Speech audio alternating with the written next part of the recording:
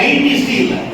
அந்த 2 பேரும் இல்லாம 2 டாக்டர்கள் மட்டுமே இந்த போஸ்ட்மார்ட்டத்தை செஞ்சாங்க அப்படிங்கிறது வந்து எங்களுடைய மருத்துவர்கள் வீடியோவை ஒரு 12 மணி நேரம் வந்து திரும்ப திரும்ப போட்டு பார்த்து அதில் இருக்கக்கூடிய குறைபாடுகளை வந்து சுட்டி காட்டியிருக்கிறாங்க. அது ரொம்ப முக்கியமான ஒரு விஷயத்தை என்ன சொல்றாங்க அப்படின்னா வந்து மாதிரிகளை, சேகரிக்கப்பட்ட மாதிரிகளை அவங்க எண்ணிக்கையை சொல்லலை. எலும்புகள் சார்ந்த எண்ணிக்கை, என்னென்ன மாதிரிகள், அதாவது என்னென்ன ஆவணங்கள் உடம்புல இருந்து எடுத்தாங்களோ அது எந்த எண்ணிக்கையுமே சொல்லலை. எலும்புகள் காணாமல் போயிருக்குது. 2வது போஸ்ட்மார்ட்டத்தில் வந்து எலும்புகள் காணாமல் போயிருக்குது. இது மாதிரி காலில் அடிபட்ட காயம் இருக்குது. வீடியோ ஃபுட்டேஜ் நம்ம பார்க்கும்போது போஸ்ட்மார்ட்டத்தில் வந்து காலில் அடிபட்ட காயம் இருக்குது. அதாவது காலின் உள்ளங்காலில் காணப்பட்ட ஒரு கருப்பு பகுதி சித்திரவதை காரணமாக என்று குறிப்பிட்டிருக்கலாம். ஆனால் அந்த கருப்பு புள்ளி, அந்த கருப்பு பகுதி எப்படி ஏற்பட்டது அப்படிங்கிற விஷயத்த 2வது போஸ்ட்மார்ட்டம் செய்த மருத்துவர்கள் செய்யல. அது மாதிரி வீடியோவில் போதுமான ஆவணங்களை விளக்கணும். வீடியோ எடுக்கும் பொழுது ஆவணங்களை வீடியோக்கு முன்னாடி என்னென்ன ஆவணங்கள் எடுத்தோம் அப்படிங்கிறத வந்து விளக்கணும். அதனால வந்து அது விளக்காதனால என்னென்ன காயங்கள் இருக்குங்கிற அப்படிங்கிற விஷயத்தை வந்து இவங்க வந்து சொல்லல. அது மாதிரி வந்து முக்கியமான வந்து திசுக்கள், உடம்புல இருக்கக்கூடிய திசுக்களோ வண்ண வேறுபாடுகள், நிற வேறுபாடுகள் குறித்து வந்து முக்கியமான சான்றுகள் முறையாக ஆவணப்படுத்தவில்லை. அந்த வண்ண வேறுபாடுகள், அதாவது ஒருத்தரை காயப்படுத்தும் பொழுது உடனே நீ காயத்து நமக்கு தெரியும் ரெட்டா இருக்கும், நாளைக்கு அது ப்ரௌனா மாறும், ஒரு வாரம் கழிச்சு அப்படின்ட்டுனா அது வந்து கருப்பா மாறும். இந்த வண்ண வேறுபாடுகளே 2வது இதுன்னு சொல்லலாம். ஏன்னா வந்து 45 நாட்கள் கழித்து உடலை எடுக்கிறோம். அந்த உடல்ல இருக்கக்கூடிய வண்ண வேறுபாடுகள், இப்போ பிளட் எப்படி இருந்துச்சு, நெஞ்சில காயப்பட்ட பகுதியில், காலில் காயப்பட்ட பகுதியில், இல்லை காயப்படாத பகுதியில் அந்த வண்ண வேறுபாடுகள் பற்றி வந்து அவங்க வந்து ஒன்றுமே சொல்லலை. அதாவது வந்து 2வது போஸ்ட்மார்ட்டத்தில், முதல் போஸ்ட்மார்ட்டத்தில் வந்து எடுக்கப்பட்ட முடிவுகளை எதையுமே இவங்க மறுக்கலை. அதை அப்படியே ஃபாலோ பண்ணி தான் 2வது போஸ்ட்மார்ட்டத்தையும் இவங்க வந்து அதில் வந்து சொல்லியிருக்கிறாங்க. அதில் கூடுதலாக வந்து உடல் பாகங்கள் தோல் அப்படியே இருப்பது குறித்து பிரேத பரிசோதனை மருத்துவர் அளித்த அறிக்கையில் பரிசோதனையின் போது காணப்பட்ட உண்மைக்கு நிலைக்கு முரணாக உள்ளது. அதாவது வந்து முதல்ல வந்து தோல் பாகங்கள்ல என்ன இருந்துச்சு அப்படிங்கிற விஷயத்தை சொன்னாரோ, இவர் 2வது போஸ்ட்மார்ட்டம் பண்ணும்போது தோல் பாகங்களே கிடையாது, உடம்புல ஒருத்த தோல் கிடையாது, எல்லாமே அழுகி போயிருச்சு. ஆனா அவர் சொன்ன விஷயத்தை 2வது சொல்றாரு. அது மாதிரி எலும்பு பரிசோதனை வந்து முறையற்ற முறையில் வந்து செய்யறாங்க. ஒவ்வொரு எலும்பையும் வந்து பரிசோதனை, குறிப்பா வந்து கதிரியக்க பரிசோதனை வந்து செய்யணும். கதிர்வீச்சின் மூலியமா எலும்புகளை வந்து பரிசோதனை செய்யணும். 45 நாள் கழிச்சு பண்றாங்க. அதனுடைய உள்காயங்களை வந்து பரிசோதனைக்கு வந்து அனுப்பல. அது மாதிரி வந்து வீடியோவில் இளஞ்சிவப்பு ஆடை அணிந்த ஒரு நபரால் எடுக்கப்பட்ட காலர் போன் கணக்கில் வைக்கப்பட்டுள்ளது. ஒரு காலர் போனை வந்து எடுக்கிறாங்க, அது வந்து ரெட் கலர்ல, அது சம்பந்தமான எந்த தகவலும் இதுல வந்து இல்லை. அதே மாதிரி தடவியல் பரிசோதனை நடைமுறைக்கு மாறாக ஸ்டெர்னம் மற்றும் விழா எலும்புகள் போன்ற முக்கியமான பகுதிகள் முழுமையாக ஆராயப்படவில்லை. தடவியல் பரிசோதனைக்கு வந்து ஸ்டெர்னம் முக்கியமான ஒரு பரிசோதனை செய்யணும் 2வது போஸ்ட்மார்ட்டத்தில். அது முழுமையா வந்து அதை வந்து ஆராயல, அதை வந்து ஆவணப்படுத்தல. மார்பகத்துல ஏற்பட்ட காயங்கள் இறப்புக்கு பிந்தைய முறிவு அப்படின்னு வந்து இங்க இருக்கிற முதல் டாக்டர் வந்து 2வது போஸ்ட்மார்ட்டத்தில் மருத்துவர் வந்து குறிப்பிட்டிருக்கிறாரு. மார்பகத்துல அதை நான் வந்து போஸ்ட்மார்ட்டம் நடக்கும்பொழுதே நான் கேட்டேன். மார்பகத்துல வந்து அதாவது வந்து இந்த முழுமையா வந்து பாடி அப்படி அறுக்க மாட்டாங்க, அடுத்து பிறக்க மாட்டாங்க. நெஞ்சில இருந்து ஒரு குறிப்பிட்ட தூரத்துக்கு இருக்கும்போது இந்த மார்பெலும்பை வந்து 2 சைடு அறுத்து எடுப்பாங்க. 2 சைடு அறுத்து எடுத்து உள்ள இருக்கக்கூடிய விஷயங்களை வெளியில் எடுப்பாங்க. நான் அந்த போஸ்ட்மார்ட்டத்தில் 5 மணி நேரம் கூட இருக்கும்போது கேட்டேன், மார்பெலும்பு அதை என்னை காட்டணும்னு சொல்லும்போது மார்பெலும்பு ஒடிக்கப்பட்டிருந்தது. அதை நான் மருத்துவத்தை குறிப்பிட்டேன். அங்கிருந்து நீதிமன்ற நடுவர்கிட்டே நான் குறிப்பிட்டேன், அறுக்கிறதுக்கு வித்தியாசம் இருக்கு அப்படின்னு. நான் வந்து மருத்துவ 2வது போஸ்ட்மார்ட்டம் டாக்டர் பண்ண டாக்டர்கிட்ட நான் ஒரு குற்றச்சாட்டா நேரடியாக பதிவு செஞ்சேன். அதை வந்து வீடியோ ஃபுட்டேஜ்லேயும் நம்மளுடைய மருத்துவர்கள் அதை வந்து தெளிவாக சொல்லியிருக்காங்க. அதே மாதிரி வந்து மார்பெலும்பு விழா எலும்பு காணாமல் போன இதை வந்து பதிவு செய்யல. ஆனா அவங்க காட்டக்கூடிய மார்பெலும்பு விழா எலும்பு அந்த இடத்துக்கு பொருந்தல. குறிப்பா இது மாதிரி போஸ்ட்மார்ட்டங்கள்ல என்ன நடக்கும் அப்படின்னா, குற்றத்தில் ஈடுபட்டவர்கள் அதிகாரம் படைத்தவர்கள் இருக்கிறதுனால அங்க ஏற்கனவே பல பாடிகள் இருக்கும். ரொம்ப ஈஸியா வந்து அந்த பாடியில் இருக்கக்கூடிய அந்த உறுப்புகளை ஈஸியா கைமாற்றிடுவாங்க. அது மாதிரி வந்து 2 மார்க் ஒரு மார்க் எலும்பையும் விழா எலும்பையும் ஏற்கனவே மிஸ் ஆயிடுச்சு. அதை வீடியோட திரும்ப ஒன்று காட்டுறாங்க. அது பொருந்தவில்லை, அதனுடைய அளவுகள் பொருந்தவில்லை அப்படின்னு வந்து நம்முடைய மருத்துவர் வந்து அதை சொல்றாங்க. மண்டையோட வந்து பரிசோதனையே செய்யல. மண்டையில் அடிபட்டிருக்கா இல்லையா அப்படிங்கிற விஷயத்த மண்டையோட வந்து மருத்துவர்கள் பரிசோதனையை பண்ணல. அதை வந்து முறையா வந்து சுத்தம் செய்யல, அது பகுப்பாய்வும் செய்யல அப்படிங்கிறது 2வது போஸ்ட்மார்ட்டத்துல செஞ்ச விதிமீறலாக நம்ம வந்து சொல்றோம்.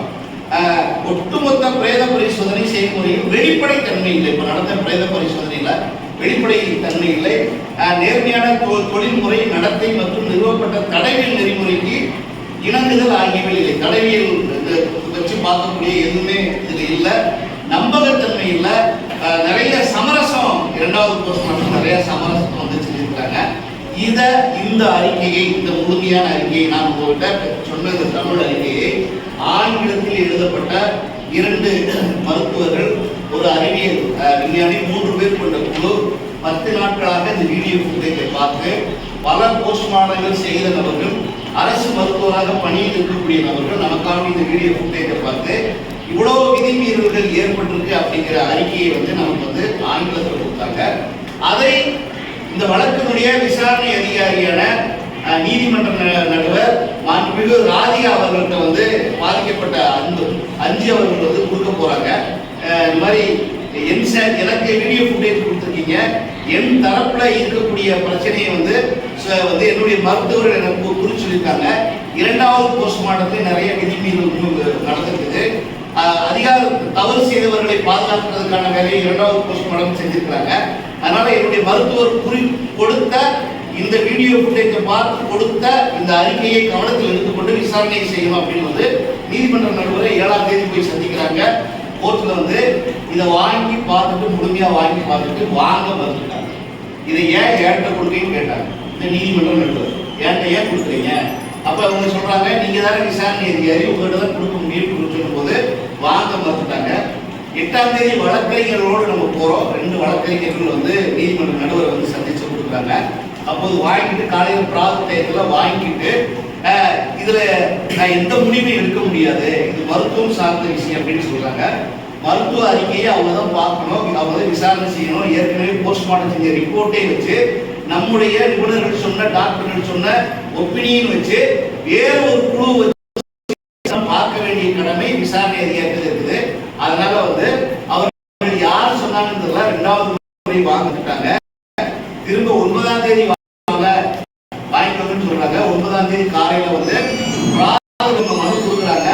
மனுவை வாங்கிட்டு சாயந்தரம் ரிட்டர்ன் பண்றாங்க. ஸ்டாம்ப் ஒட்டி ஒரு காரணம் சொல்லி இது 3வது அவங்க ரிட்டர்ன் பண்ணிட்டாங்க.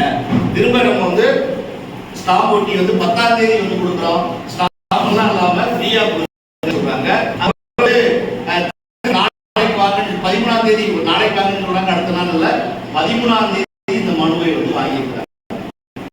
போஸ்ட்மார்ட்டம் ரிப்போர்ட் நான் உங்களுக்கு தமிழ்ல 12 பக்கம் டிரான்ஸ்லேட் பண்ணி உங்களுக்கு கொடுக்க போறோம்.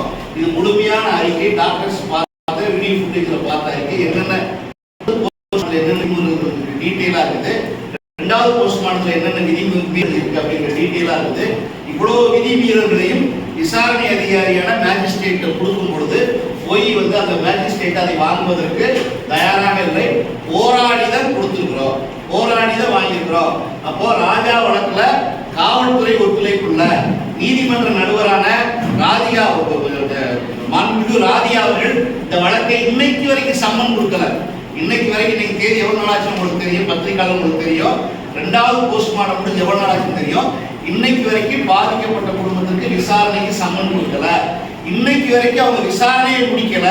ஆனால் போலீஸ் என்ன செய்தா, காலனிக்குள்ள போய் அந்த கேஸ் முடிஞ்சு போச்சு, ஒண்ணுமில்லாம போச்சு, இனிமே என்ன நடக்க போகுது அப்படின்னு அற்புதராஜ் கேஸுக்கு எதிராக லாபி பண்றாங்க. ஆனா இன்னைக்கு வரைக்கும் விசாரணையை முடிக்கல நீதிமன்ற நடுவர். இன்னைக்கு வரைக்கும் பாதிக்கப்பட்ட குடும்பத்துக்கு சம்மன் கொடுக்கல நீதிமன்ற நடுவர். இவ்வளோ விஷயங்கள் நடந்தும் ஆனா அந்த வழக்குக்கு எதிராக காவல்துறை காலனிக்குள்ள போய் பாலிடிக்ஸ் அரசியல் பண்ணிக்கிறது. இது வன்மையாக மனித உரிமை கூட்டமைப்பு சார்பாக நாங்கள் வன்மையாக, விழுப்புரம் எஸ்பியை வன்மையாக நாங்கள் கண்டிக்கிறோம். அதனாலதான் மாவட்டத்தினுடைய நீதிமன்ற நடுவர் மீது கடந்த திங்கட்கிழமை நாங்கள் புகார் கொடுத்திருக்கிறோம். தமிழ்நாட்டில் எங்கேயுமே நீதிமன்ற நடுவர் மீது புகார் கொடுத்ததில்லை. ஒரு ஒரு வழக்குல ஒரு விசாரணை அதிகாரி மீது முதல் புகார் விடுபடுத்துறதா தமிழ்நாட்டில் 2 மாதத்தில் கஸ்டோடியன் டெத் பக்கத்து வீட்டுக்காரன் கொன்னதே கிடையாது. முதல்ல வந்து 10ஆம் தேதி ஏப்ரல் 10ஆம் தேதி ராஜா கொலை செய்யப்பட்டார். அதனுடைய உண்மையே வெளியில வரல, எப்படி நடந்துச்சு ஏது நடந்துச்சு உண்மையே வெளியில வரல. 13ஆம் தேதி வந்து அற்புதராஜ் வந்து கொலை செய்யப்பட்டிருக்கார். அற்புதராஜ் அவங்க எங்க பிரிசன்ல இருந்து அவங்க வீட்டு சொந்தக்காரன் சொல்லி பேச வர்றான், பேச்சுவார்த்தை நடத்த வர்றான். இது வேண்டியவ வேண்டாதவங்க வர்றான். அந்த கேஸே இல்லாம போச்சுமா, ஏதாவது பணத்தை வாங்கி முடிச்சுட்டு போங்கம்மா, உங்களுக்கு ஏதாவது செலவு பண்ண அப்படிங்கிற பேரம் பேசக்கூடிய வேலையை இங்க இருக்கக்கூடிய நிர்வாகம் செய்யுது.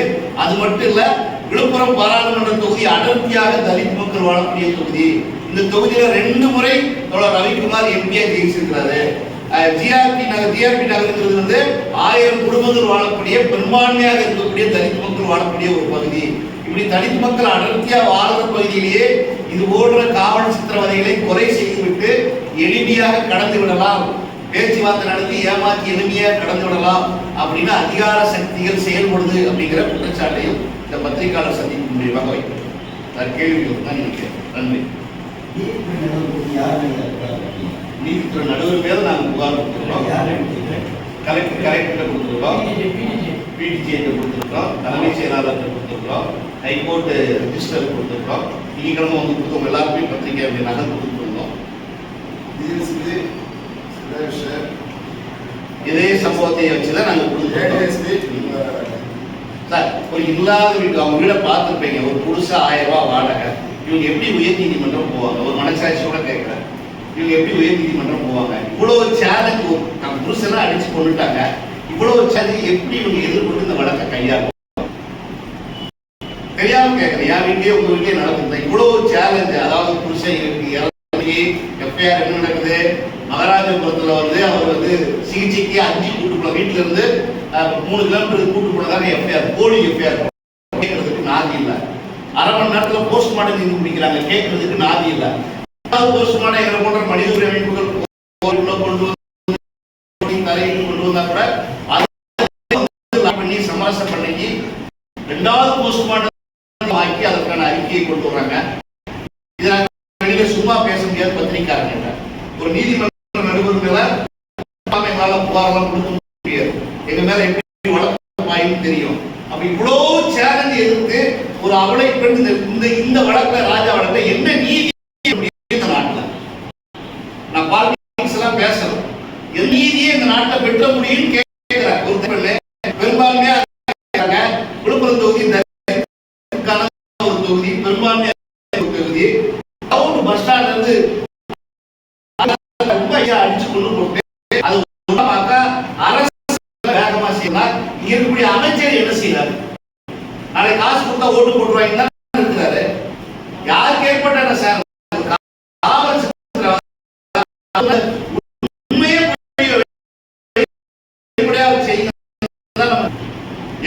எங்க போய் நீதி எங்க போய் முடிக்கிறது?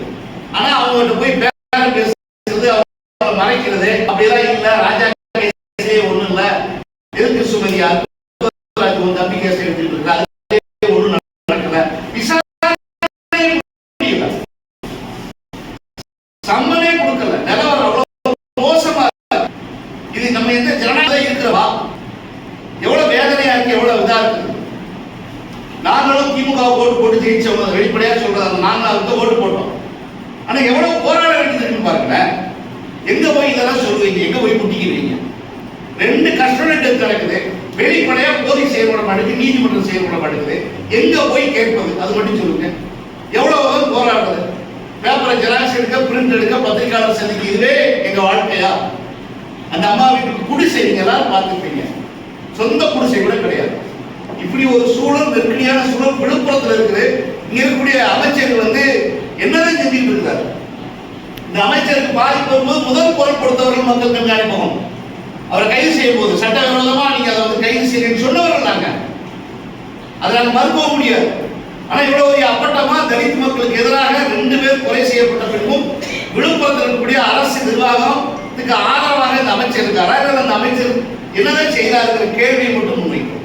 நன்றி, வணக்கம். இதுல என்ன நீதி எதிர்பார்க்கறீங்க சார்? சார் நீங்க தான் சார் சொல்லணும். இல்ல நீங்க ஏன்னா சார் நீதி முறையா விசாரணை நடக்கல சார். அப்போ திமுக ஆட்சி வந்து தலித்துக்கு எதிராக இருக்கு. நீதித்துறை நடுவர் விசாரணை முடிச்சு போலீஸ்காரங்க கொலை வழக்கு நீதித்துறை நடுவர் விசாரணையை பார்த்த 10 நாள் ஏப்ரல் மாதம் 10ஆம் தேதி நடந்த சம்பவத்தில் 4 மாசமா, அதாவது நீதித்துறை நடுவருக்கு புலன் விசாரணை செய்யக்கூடிய ஏஜென்சி கிடையாது.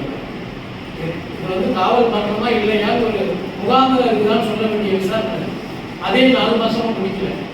இது வரைக்கும் சம்மன் கொடுத்து கோச்சிக்காதீங்க. இதெல்லாம் வந்து நீங்க சொல்ல வேண்டிய விஷயம் தான். நாங்க என்ன எழுதுறதுன்னு தெரியாம தான் உங்களை கேட்டேன். நீங்க ஏதாவது இந்த நீதியை நாங்க எதிர்பார்க்கிறோம், இந்த சம்பவத்துல இது கிடைக்கலாம், ஏன்னா தலித்துக்கு எதிராக அமைச்சர் செயல்படுறாருன்னு நீங்க இப்ப சொன்னீங்க. அதையே நாங்க வந்து எழுதிட்டு போயிடலாமா? தலித்துக்கு எதிராக வந்து 2 சம்பவத்துல வந்து பொன்முடி இருக்கிறாருன்னு சொல்றோம். இந்த சம்பவம் வந்து அன்னையில இருந்து இன்னை வரைக்கும் இப்படியே தான் போய்கிட்டு இருக்கு. உங்களுடைய என்ன எதிர்பார்க்கறீங்கிறது அரசு தலையிடணும். இங்க தலையிடணும்ல, நீங்க கூட அமைச்சர் கூட வந்து பார்க்கல. இல்ல சொல்லணும்ல, அமைச்சர் வந்து பார்க்கல, எதிராக செயல்படல. அதாவது அரசு எந்திரத்தை யார் பாதுகாக்கிறார்கள்? அது யார் செய்யறாங்க? இந்த குற்றம் செய்யக்கூடிய போலீஸை காப்பாற்றுறது யார்? முதல்வர் மீது குற்றம் காட்டுறீங்க சார். முதல்வர் கீழே தான் வந்து அந்த காவல்துறை இருக்கு. முதல்வர் குற்றம் காட்டுறீங்களா? முதல்வருக்கும் பொறுப்பு இருக்கு சார். நடவடிக்கை எடுக்கணும். முதல்வருக்கும் இது பொருந்தும். இது முதல்வருக்கு எதிரான குற்றச்சாட்டு இருந்துச்சுன்னா ஆமாம் தான். அவங்களோட கூட்டணியா இருக்கிற தலித் கட்சி இது வரைக்கும் இதுக்கு என்ன பண்ணிருக்காங்க? அதை நீங்க அவங்கள்ட்ட நீங்க தான் கேட்கணும். நீங்க தானே யாருமே வரலன்றீங்க. எங்க சைடு இருக்கக்கூடிய விஷயங்களை உங்களோட சொல்லிட்டோம். எங்க சைடு இருக்கக்கூடிய சட்ட ரீதியா நடவடிக்கைகளை சொல்லிட்டோம். அரசியல் ரீதியா நடவடிக்கை நீங்க போய் கேளுங்க. எம்பியை பார்த்து இவ்வளவு விஷயங்கள் புரியுதுன்னு போய் கேளுங்க. பத்திரிகைக்காரங்க போய் கேளுங்க. இந்த மாவட்டத்தில் மட்டும்தான் தலித்துகள் மீது அந்த ஒரு குற்றச்சாட்டு வைக்கிறீங்களா? தமிழகம் முழுவதும் இது மாதிரி? இந்த மாவட்டத்துல 2 மாசத்துல 2 பேர் காவல் சித்திரவதையில மரணமானது விழுப்புரம் மாவட்டத்துல, விழுப்புரம் நகரத்துல மட்டும்தான். முதல்ல நடவடிக்கை எடுத்திருந்தா 2வது நடந்திருக்காங்க. முதல்ல கடுமையாக நடவடிக்கை எடுத்திருந்தா 2வது ஒரு மரணம் நடந்திருக்காரு, ஒரு உயிர் போயிருக்காரு. ராஜா வந்து கஸ்டடி டெத், அந்த கஸ்டடி டெத் இது வந்து லாக் அப் டெத். ரெண்டாவது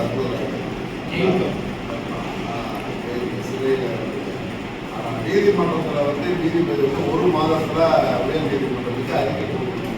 ஆனால் அற்புதராஜ் கேஸ்ல 9ஆம் தேதி இரவு ரிமாண்ட் பண்றது, 9ஆம் தேதி இரவு ரிமாண்ட் பண்றது நீதிமன்ற நடுவர் மாண்புமிகு ராதிகால ரிமாண்ட் கொடுக்குறாங்க. ரிமாண்ட் கொடுக்கும்போது அவருடைய உடல் பரிசோதனை செய்யணும். சிஆர்பிசி 41 ஏபிசி பிரகாரமோ இது சத்துக்கு புதுசா வந்திருக்கக்கூடிய புதிய சட்டத்தின் பிரகாரமோ அவர் வந்து பாதுகாப்பா இருக்கிறாரா, உடல் பரிசோதனை எல்லாம் செய்யப்பட்டிருச்சா அப்படிங்கிறத பார்க்க வேண்டியது நீதிமன்ற நடுவர் ராதிகா அவருடைய கடமை. பார்த்துட்டு ரிமாண்ட் பண்ணாங்களா இல்லையான்னு தெரியல. அடுத்த நாள் காலையில 60 நாள் சென்று போனார். விசாரணை அதிகாரி யாரு? அதே நீதிமன்ற நடுவர் ராஜா. என்ன நியாயம் கிடைக்கும்? நீங்க சொல்லுங்க.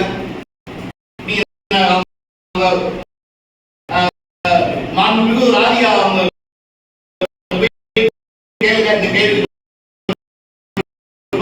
நீங்க தான் ரிமாண்ட் பண்ணீங்க. எப்படிமா செஞ்சா கேள்வி கேளுங்க. அவங்க ஏற்கனவே டிலே பண்ணோம். அந்த அவங்க வந்து அறிக்கை வாங்குறதுக்காண்டி போராடி வாங்கினதுக்கு அப்புறம் சப்மிட் பண்ணணும். நாங்க 1 வாரம் கொடுத்து குற்றச்சாட்டு வைக்கிறோம். இப்படி மாவட்ட ஏற்ற குற்றச்சாட்டு வைக்கிறோம். இது வந்து அப்படியே இழுத்துக்கிட்டே இதுக்கான தீர்வு இருக்குன்றீங்க. அதுதான் இப்ப அடுத்த கட்டமா என்ன பண்ண போறீங்க? நாங்க உயர் நீதிமன்றத்துக்கு கொண்டு போக போறோம். நீதிமன்றம் ஏன்னா பத்திரிகை வந்து நீதிபதி போய் கேள்வி கேட்கணும்னா அந்த ஒரு அதிகாரம் இருக்காங்கிறது எங்களுக்கு இருக்குதுங்க.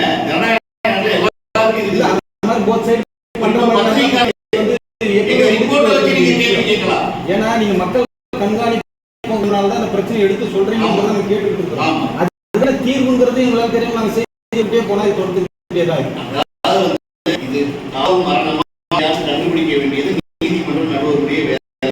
அவங்க இப்ப வரைக்கும் செய்யல. அந்த விசாரணை கிடையாது.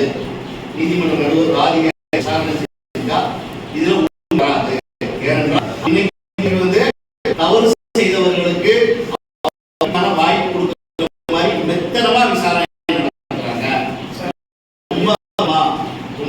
நம்ம ஏன்னா 45 நாட்களுக்கு மேல போய் இன்னும் விசாரணை அவங்க முடிக்கல. அதே மாதிரி அற்புதராஜ் வழக்கிலேயே வந்து முதல் நாள் ரிமாண்ட் பண்ணது அந்த நீதிபதி தான், 2வது நாள் விசாரணை செய்ததும் அதே நீதிமன்றம் நடுவர் தான். ஒரே நபர் ஏற்கனவே ராஜா வழக்கில் நிர்த்தனமா செயல்படக்கூடிய அந்த நீதிமன்றம் விசாரணை செய்தால் உண்மை வெளியில வராது.